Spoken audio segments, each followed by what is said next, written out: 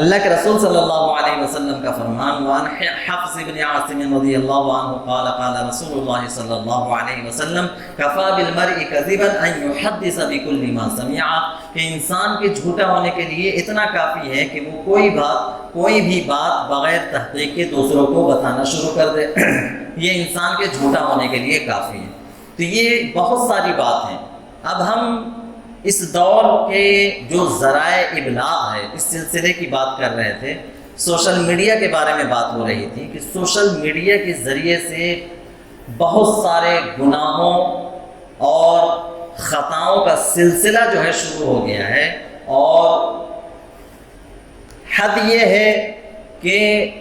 ہم اس کو گناہ سمجھتے ہی نہیں، اس کے گناہ ہونے کا احساس نہیں ہے، اس کی معصیت کا ہمیں احساس نہیں ہے۔ تو سوشل میڈیا سے متعلق جو بھی چیزیں ہیں، مثلا یوٹیوب ہے، فیس بک ہے، واٹس ایپ ہے، ٹویٹر ہے، ٹیلی گرام ہے، انسٹاگرام، جو بھی ہے یہ سب ذرائع ابلاغ ہے، سوشل میڈیا ہے۔ تو یہ چیزیں ایسی ہے کہ جہاں اس کے بہت سارے منفعت ہیں، فوائد ہیں۔ میں نے پچھلے جمعے کو بھی کہا تھا کہ یہ ایسی چیزیں ہیں کہ اس کی منفعت سے، اس کے فوائد سے ہم انکار نہیں کر سکتے، اور اس کے استعمال سے ہم پہلو تہی بھی نہیں کر سکتے ہیں، اس کے استعمال سے ہم پہلو تہی بھی نہیں کر سکتے ہیں، اور نہ ہی ہم اس کے فوائد سے جو ہے انکار کر سکتے ہیں۔ ان کے فوائد جو ہے بالکل بدیہی ہے، ظاہر ہیں، اور کوئی بھی عقل مند انسان اس کے فوائد سے انکار نہیں کر سکتا۔ تو اس کے فوائد بھی ہیں اور اس کے مضرات بھی ہیں، اس کے نقصانات بھی ہیں۔ اور میں نے یہ بھی کہا تھا کہ یہ ایسی چیزیں ہیں کہ جس سے ہر شعبہ جو ہے اس سے فائدہ اٹھا رہا ہے، اور ہر طبقہ، انسان کا ہر طبقہ اس سے جو ہے فائدہ اٹھا رہا ہے، اس سے جڑا ہوا ہے، منسلک ہے۔ انسانیت کا ہر طبقہ، بچہ ہو، جوان ہو، ادھیڑ ہو، بوڑھا ہو، بزرگ ہو، مرد ہو، عورت ہو، کوئی بھی ہو، انسانیت کا ہر طبقہ اس سے منسلک ہے اور اس کے ساتھ جو ہے جڑا ہوا ہے۔ اسی طریقے سے ہمارے زندگی کے ہر شعبے میں اس کا اتنا دخل ہے، ان چیزوں کا اس قدر ہماری زندگی کے شعبے کے اندر داخل ہو چکا ہے یہ کہ ہم اس سے کنارہ کشی اختیار نہیں کر سکتے ہیں۔ تو میں نے کہا کہ اس سے انسانیت کا ہر طبقہ جو ہے منسلک ہے، جڑا ہوا ہے، اور زندگی کے ہر شعبے کے اندر یہ جو ہے داخل ہو چکا ہے۔ تو اب میں نے کہا تھا کہ شریعت اسلامیہ ایک مکمل ضابطۂ حیات ہے،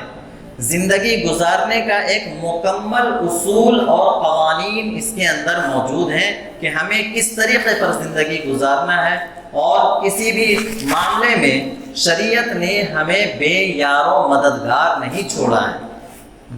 دیگر مذاہب نے بعض چیزوں کے اندر رہنمائی کی ہے، اور بعض چیزوں کے اندر انہوں نے بے یار و مددگار چھوڑ دیا ہے، اپنی ذہنیت کے اعتبار سے چھوڑ دیا کہ جس کی جو مرضی ہے وہ اپنا کرے۔ لیکن اسلام نے کسی بھی موقع پر انسانیت کو کسی بھی موقع پر بے یار و مددگار نہیں چھوڑا ہے۔ ہر موقع پر اور ہر شعبے کے اندر، زندگی کے ہر جزو کے اندر اسلام کے رہنما اصول موجود ہیں، جس سے پوری انسانیت جو ہے فیضیاب ہو سکتی ہے اور رہنمائی حاصل کر سکتی ہے، اس سے استفادہ کر سکتی ہے، اور اپنی دین اور دنیا کے خیر اور فلاح کو حاصل کر سکتی ہے۔ تو یہ جو سوشل میڈیا ہے، سوشل میڈیا جس کا کثرت سے استعمال ہمارے جو طبقات ہیں ان میں کثرت سے استعمال اس کا جو ہے نوجوان طبقے کے اندر ہو رہا ہے، نوجوان طبقہ اس کا بکثرت استعمال کر رہے ہیں، اور اس کے برے اثرات، برے نتائج جو ہیں ہمارے سامنے ہیں، کیونکہ اس کا استعمال وہ حدود و قیود سے بڑھ کر جو شریعت کے حدود ہیں، قیود ہیں، اصول ہیں، ضوابط ہیں، اس کو ترک کر کے اسے پسے پشت ڈال کر کے جو ہے استعمال کرنا شروع کر دیا۔ اسی طریقے سے جو انسانی زندگی کے اصول و ضوابط کو بھی انہوں نے ترک کر دیا ہے، جس کے مضر اثرات آج صرف پورے معاشرے کے اندر ہی نہیں بلکہ جسمانی طور پہ بھی اس کے مضر اثرات جو ہے نظر آ رہے ہیں۔ اس کا سب سے بڑا نقصان جو ہے یہ ہے کہ یہ ایک جھوٹ کا اڈا بن گیا ہے۔ یہ سوشل میڈیا جو ہے جھوٹ کا اڈا بن گیا ہے، جھوٹ کا پلیٹ فارم بن گیا ہے۔ یہاں بآسانی جو ہے لوگ جھوٹی باتوں کو بکثرت پھیلاتے ہیں۔ اگر کوئی بات اس کے اندر ڈالی جائے، اور اکثر باتوں کے اندر دیکھا یہ جاتا ہے کہ اکثر 90% باتیں ایسی ہوتی ہے جس کا کوئی سر پیر نہیں ہوتا ہے، جس کا کچھ حقیقت سے لینا دینا نہیں ہوتا ہے۔ ایسی باتیں جو ہے اس کے اندر گردش کرتے رہتی ہیں، گھومتے رہتی ہیں، سرکولیٹ کرتی ہیں، اور ایسی باتوں کو ہم خود بھی، ہمارے نوجوان لڑکے لڑکیاں اور ہمارے مسلم بچے بچیاں جو ہے اس کو سرکولیٹ کر رہے ہیں، گھما رہے ہیں، ایک دوسرے کو بھیج رہے ہیں، ایک دوسرے کے ساتھ شیئر کر رہے ہیں، ایک دوسروں کو جو ہے مطلب پیغام کے طور پر اس کو بھیجا جا رہا ہے۔ اس سے قطع نظر کہ جو پیغام، جو بات، میں نے کہا اس کے لیے کوئی سی بھی صورت ہو، زبان وائس میسج ہو، وائس میسج کے ذریعے سے کوئی پیغام بھیجا جا رہا ہے، یا پکچر کے ذریعے سے پکچر میسج ہو، یہ کوئی تصویر جو ہوتی ہے نا وہ بھی اس کے ذریعے سے بھی کوئی پیغام دیا جاتا ہے، تو یہ پکچر میسج ہو، وائس میسج ہو، یا ویڈیو کے ذریعے سے کوئی میسج ہو، کسی بھی ذریعے سے کوئی میسج، کوئی پیغام دوسرے کو جو پہنچایا جا رہا ہے، اس کی تحقیق 90 یا 95% لوگ اس کی تحقیق نہیں کرتے ہیں۔ 95% لوگ اس کی تحقیق نہیں کرتے ہیں۔ بہت سے کم لوگ ایسے ہوں گے جو بات کی تحقیق کرتے ہیں، اس کی حقیقت کو پہنچتے ہیں، اس کے بعد ہی اس کو جو ہے دوسروں تک پہنچانے کی کوشش کرتے ہیں۔ تو بغیر تحقیق کے، میں نے ابھی جو آیت کریمہ پڑھی، یا ایھا الذین آمنوا ان جاءکم فاسق بنبأ فتبینوا ان تصیبوا قوما بجہالۃ فتصبحوا علی ما فعلتم نادمین۔ یہ آیت اگرچہ ایک مخصوص واقعے کی طرف اشارہ ہے، لیکن مفسرین کرام کا یہ اصول ہے، قاعدہ ہے کہ آیت کے خصوصی واقعہ کے بجائے اس کے الفاظ کے عموم کے ذریعے سے جو ہے اس سے حکم نکالا جاتا ہے۔ تو آیت کے عموم کے ذریعے سے یہ پیغام، یہ اصول، یہ ضابطہ ہمیں ملتا ہے کہ کوئی بھی مسلمان کے پاس، کسی بھی مسلمان کے پاس کوئی بات اگر پہنچے تو وہ اس کی پہلے تحقیق کرے، اس کی صداقت کو جانتے، اس کی سچائی کو پرکھیں، اس کے بعد ہی جو ہے دوسروں تک پہنچائے یا اس پر عمل کرنے کی کوشش کرے۔ تو اب ہم دیکھ لیں کہ اس میں سوشل میڈیا کے ذریعے سے، واٹس ایپ میں ہو، فیس بک میں ہو، ٹویٹر میں ہو، کسی میں بھی ہو، جو پیغام ہم اتنی آسانی کے ساتھ بغیر تحقیق کے دوسروں تک پہنچانا اپنا دینی فریضہ سمجھ کر کہ ہم بہت جو ہے دین کا کام، نیکی کا کام کر رہے ہیں اور اس کو دوسروں تک پہنچانے کی زیادہ سے زیادہ کوشش کر رہے ہیں، اس کی کوئی تحقیق ہم نہیں کر رہے ہیں، یہ سراسر ایک ایمان والے کے شان کے منافی ہے۔ ان جاءکم فاسق بنبأ فتبینوا، ایک عام اصول اور ضابطہ ہے اسلام کا کہ کوئی بھی خبر ملے تو اس کی تحقیق کرو۔ فتبینوا ان تصیبوا قوما بجہالہ، کہ تم جہالت میں اور نادانی میں پڑھ کر اس پر جو ہے عمل کر لو اور جو ہے تمہیں بعد میں پشیمانی ہو، بعد میں پچھتاوا ہو، اس سے بہتر ہے کہ تم پہلے تحقیق کر لو۔ تو یہ ایک ایمان والے کی شان ہے کہ وہ کسی بھی معاملے کی پہلے تحقیق کرتا ہے، اس کی صداقت کو، اس کی سچائی کو پہلے پرکھتا ہے، اس کے بعد جو ہے اس بات کو آگے بڑھاتا ہے۔ آج ہمارے جو مسلم نوجوان ہیں، ہماری کوتاہی بہت بڑی کوتاہی ہے، اور سب سے خطرے کی بات یہ ہے کہ ہم اس کو گناہ سمجھنے کی بھی زحمت نہیں کرتے ہیں۔ ہم اس کو گناہ سمجھنے کی بھی زحمت نہیں کرتے ہیں کہ کوئی بھی بات ہمیں کہیں سے بھی موصول ہو، کس ذریعے سے موصول ہوا، کہ جھوٹا شخص ہے، سچا شخص ہے، دیندار ہے، دیانتدار ہے، نہیں ہے، اس کے کوئی معنی مطلب نہیں ہے، بلکہ غیروں کے طریقے پر، غیروں کے اندر یہ چیزیں جو ہیں نہیں ہوتی ہے، وہ سچائی اور صداقت کے اندر اتنا نہیں پڑھنا چاہتے ہیں، ان کے پاس جو بھی ملا وہ جو ہے ایک دوسرے کو شیئر کر رہے ہیں، پہنچا رہے ہیں، بھیج رہے ہیں۔ لیکن ایک ایمان والے کی شان یہ ہے کہ اس کو پہلے تحقیق کرنا ہے، پہلے اس کی صداقت اور اس کی سچائی کو معلوم کرنا ہے، اس کے بعد ہی اس کو دوسروں تک بھیجنا ہے، دوسروں کو پہنچانا، دوسروں کو اس پیغام کو جو ہے بھیج سکتا ہے۔ تو یہ ایک بہت بڑا نقصان مسلمانوں کو اس کے ذریعے سے یہ ہو رہا ہے کہ کثرت کے ساتھ پورا معاشرہ جو ہے جھوٹ کے اندر مبتلا ہے، جھوٹ کے عظیم گناہ کے اندر پورا معاشرہ جو ہے مبتلا ہو چکا ہے، یہ سوشل میڈیا کے ذریعے سے۔ اگرچہ ہم نہیں سمجھ رہے ہیں، ہمیں اس کا احساس نہیں ہو رہا ہے، لیکن حقیقتاً ہم اس کے اندر ملوث ہو چکے ہیں۔ اللہ ہم سبوں کی حفاظت فرمائے۔ خصوصاً میں نوجوانوں سے یہ درخواست کر رہا ہوں، پہلے اچھی طریقے سے تحقیق کریں، غور فکر کریں اور اس کی صداقت کو جانیں، اس کی صداقت کو پرکھیں، اس کے بعد ہی کسی پیغام کو دوسروں تک پہنچانے کی کوشش کریں، اور خاص طور سے وہ پیغامات جس کا تعلق شریعت سے ہو، دین سے ہو، مذہب سے ہو، اسلام سے ہو، ایسی خبروں کو بعض لوگ جو ہے بہت سارے اچھی باتیں بھی اگر ہوتی ہیں نا، بہت ساری چیزیں جو ہے ویڈیو کی شکل میں یا جو ہے وہ میسج وغیرہ کے ذریعے سے بہت ساری چیزیں ایسی ہوتی ہے کہ کوئی اچھی بات کسی نے کہی ہو، اس کو جو ہے ہم بیان کرنا شروع کر دیتے کہ بھائی حدیث میں یہ آیا، حالانکہ حدیث سے اس کا کوئی لینا دینا نہیں، حدیث کا مطلب ہی نہیں ہے۔ حدیث تو آپ صلی اللہ علیہ وسلم کے فرمان کو کہتے ہیں، اور کوئی بھی شخص کوئی کہہ دیا اس کو جو ہے حدیث کہہ کر کے لوگوں کے اندر عام کر رہے ہیں۔ اتنی بڑی سخت وعید ہے اس سلسلے میں کہ آپ صلی اللہ علیہ وسلم نے فرمایا کہ ایسی بات جو میں نے نہیں کہی ہے، ایسی بات جو میں نے نہیں کہی ہے، میری طرف اگر کوئی منسوب کر کے بیان کرتا ہے تو وہ اپنا ٹھکانہ جہنم کو بنا لے، وہ اپنا ٹھکانہ جہنم کو بنا لے۔ اتنی سخت وعید اللہ کے رسول صلی اللہ علیہ وسلم نے بیان فرمایا کہ کوئی بھی بات جو میں نے نہیں کہی ہے بغیر تحقیق کے اس کو میری طرف منسوب کر کے بیان کر دینا، ایسا شخص جو ہے اپنا ٹھکانہ جہنم کو بنا لے۔ اتنی سخت وعید ہے، اور ہم آسانی کے ساتھ کسی بھی بات کو جو ہے اللہ کے رسول نے ایسا فرمایا، حضور صلی اللہ علیہ وسلم کا فرمان ہے، جو بھی بات ہمیں ملتی بس اس کو جو ہے اپنا دینی فریضہ سمجھ کر کے شیئر کرنا، پھیلانا شروع کر دیتے ہیں۔ اس حرکت سے ہمیں بچنا ہوگا اور اپنے آپ کو اس سے جو ہے بچانا ہوگا۔ تو یہ جھوٹ کے گناہ سے، جھوٹ کے گناہ میں جو ہم کثرت کے ساتھ ملوث ہو رہے ہیں، اس سے ہمیں بچنا ہوگا۔ یہ سوشل میڈیا کا سب سے خطرناک قسم کا جو ہے یہ نقصان ہے جو اس معاشرے پر پڑ رہا ہے، مسلمان معاشرے کے اوپر۔ تو ایک نقصان اس کا یہ ہے کہ ہم جھوٹ کے اندر کثرت کے ساتھ مبتلا ہو رہے ہیں۔ دوسرا نقصان اس کا یہ ہے کہ یہ سوشل میڈیا کا جو پلیٹ فارم ہے نا، اس کو ہم نے غیبت کا بھی اڈا بنا لیا ہے کہ ایک دوسرے کی برائی اس کے اندر بیان کرو کہ فلاں شخص ایسا ہے، اور ایسی صورتحال جھوٹ کو اتنی کثرت کے ساتھ، جھوٹ کو آپ نے